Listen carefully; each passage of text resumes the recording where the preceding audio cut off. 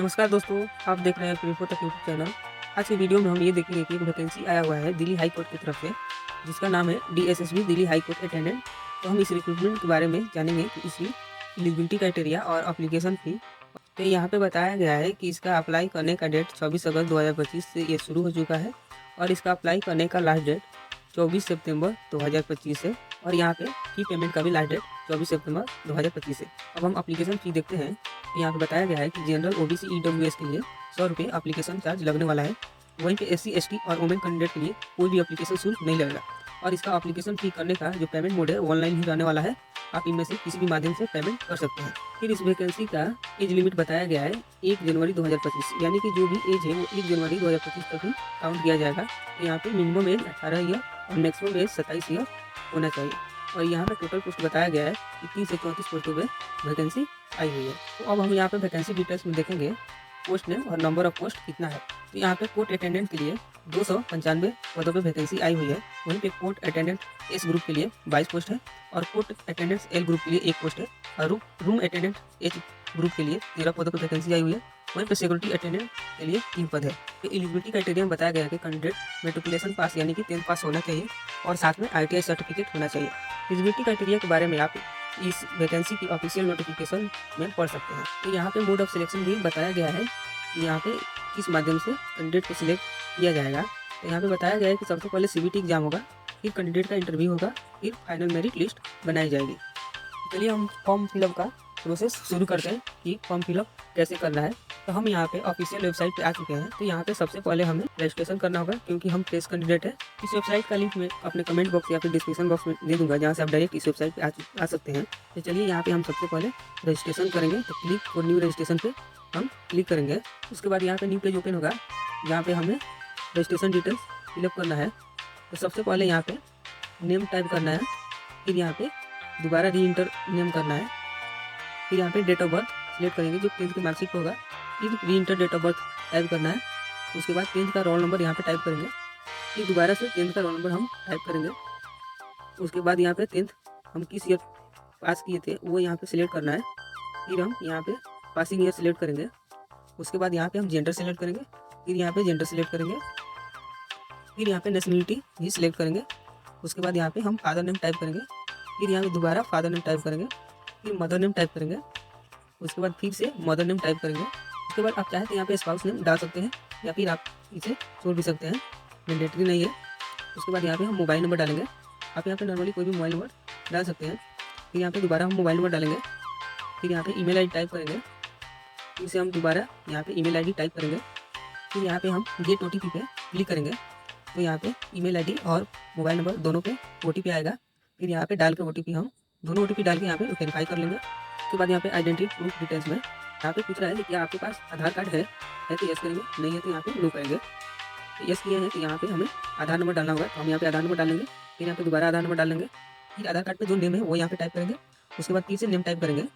यहाँ पे हम अपना पासवर्ड टाइप कर लेंगे, जो भी पासवर्ड रखना चाहते हैं। फिर यहाँ पे हम दोबारा पासवर्ड को इंटर करेंगे, फिर यहाँ पे डिक्लेरेशन पे हम क्लिक करेंगे। रिव्यू देखने के बाद फिर यहाँ पे डिक्लेरेशन पे क्लिक करेंगे, कोई भी डिटेल गलत नहीं है। फिर यहाँ पे हम सबमिट बटन पर क्लिक करेंगे। तो चलिए यहाँ पे हम अपने सारे डिटेल फिलअप कर लेते हैं। उसके बाद सबमिट बटन पर क्लिक करते हैं और आगे का प्रोसेस आपको दिखाते हैं। यहाँ पे न्यू पेज ओपन हो चुका है, क्लिक टू साइन इन, फिर रजिस्टर्ड यूजर साइन इन। यहाँ पे सबसे पहले हम अपना डेट ऑफ बर्थ सिलेक्ट करेंगे जो रजिस्ट्रेशन फॉर्म में टाइप किए थे। फिर यहाँ पे हम 10th का रोल नंबर टाइप करेंगे, फिर यहाँ पे पासिंग ईयर सिलेक्ट करेंगे, फिर यहाँ जो पासवर्ड हमने बनाया था वो टाइप करके फिर यहाँ पे कैप्चा फिलअप करेंगे और फिर साइन इन पे क्लिक करेंगे। तो हमने साइन इन कर लिया है। यहाँ पे न्यू पेज ओपन हो चुका है। यहाँ पर हम अप्लाई फॉर न्यू एप्लीकेशन पर क्लिक करेंगे। तो यहाँ पे बहुत सारी वैकेंसी के लिए यहाँ पे फॉर्म खुलेगा कि आप इसमें से किसी भी वैकेंसी का फॉर्म फिलअप कर सकते हैं।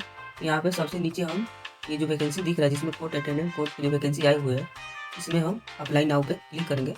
फिर यहाँ पे न्यू पेज ओपन होगा। तो यहाँ पे न्यू पेज ओपन हो चुका है, जहाँ पे रजिस्ट्रेशन करते समय हमने जो फॉर्म फिलअप किया था उसमें से पूरी डिटेल फिलअप हो चुका है। तो यहाँ पे हम प्रेजेंट एड्रेस टाइप करेंगे, फिर यहाँ पे पिन कोड टाइप करेंगे और आपका परमानेंट एड्रेस और प्रेजेंट एड्रेस दोनों सेम है तो इस बॉक्स पे टिक करेंगे। अगर दोनों अलग अलग है तो फिर यहाँ पे हम टाइप कर लेंगे। फिर यहाँ पे सब कैटेगरी में यहाँ पे disable defence personnel, ex serviceman, differential able, regular employ of the Delhi high court. अगर इसमें से कुछ है तो आप टिक कर लेंगे वरना इसे स्किप कर देंगे। और यहाँ पे पूछ रहा है कि आप पहले से किसी एजेंसी द्वारा वंचित है, अगर है तो यस करेंगे, नहीं है तो नो करेंगे। फिर यहाँ पे डिक्लेरेशन पे क्लिक करेंगे।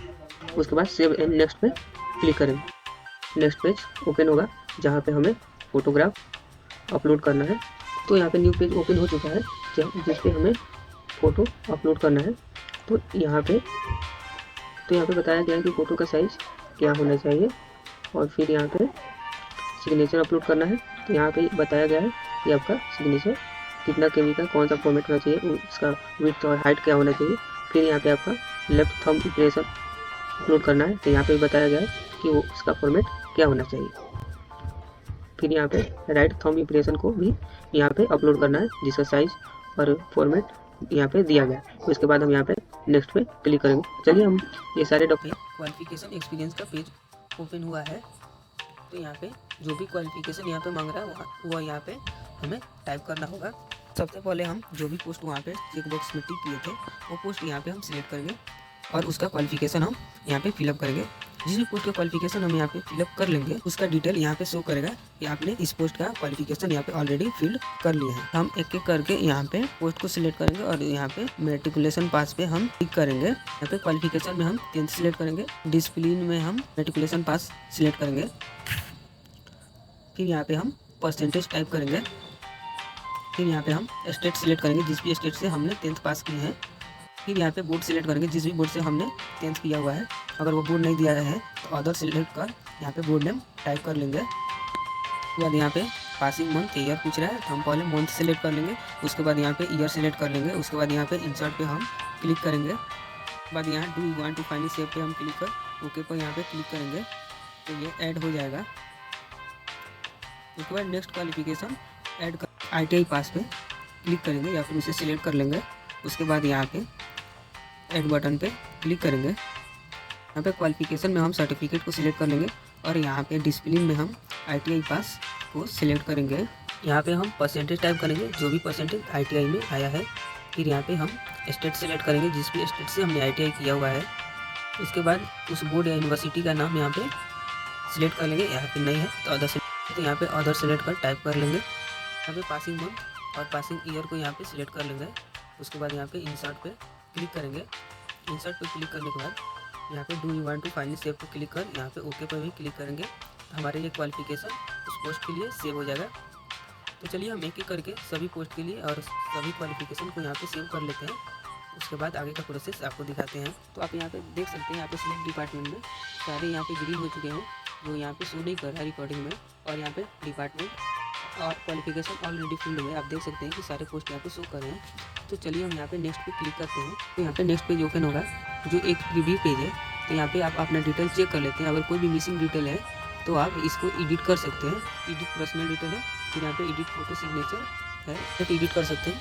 फिर यहाँ पे एडिट क्वालिफिकेशन भी है। अगर कुछ मिसिंग है तो एडिट कर सकते हैं। अगर नहीं है तो यहाँ पे डिक्लेरेशन पे हम टिक करेंगे। फिर यहाँ पे नीचे हम डिक्लेरेशन पे टिक कर यहाँ पे online and submit final application पे हम टिक करेंगे। तो यहाँ पे सिलेक्ट पोस्ट अप्लाइड दिख रहा है। फिर यहाँ पे रीवेरिफिकेशन पेमेंट एंड स्टेटस और यहाँ पे पे ऑनलाइन पे क्लिक करेंगे तो यहाँ पे आपका पेमेंट डिटेल आ जाएगा। यहाँ पे एप्लीकेशन फी, आपका नेम और पोस्ट डिटेल और date of birth, mobile number, email ID और कितना अमाउंट लग रहा है यहाँ पे शो कर देगा। यहाँ पे बहुत सारे मेथड दिए गए हैं पेमेंट करने के लिए। तो आप इनमें से जिस मेथड से करना चाहें आप पेमेंट कर सकते हैं। तो मैंने यहाँ पे एक डमी फॉर्म फिलअप किए थे तो हम यहाँ पे पेमेंट नहीं करेंगे। अगर आपके केस में ऐसा ना हो तो आप पेमेंट कर सकते हैं और फाइनल सबमिट हो जाएगा। उसके बाद आप यहाँ पे इसे PDF फॉर्म में सेव कर लेंगे। तो ऐसी ही जानकारी के लिए हमारे चैनल को सब्सक्राइब जरूर करें। तो चलिए मिलते हैं आपको नेक्स्ट वीडियो में। तब तक के लिए धन्यवाद।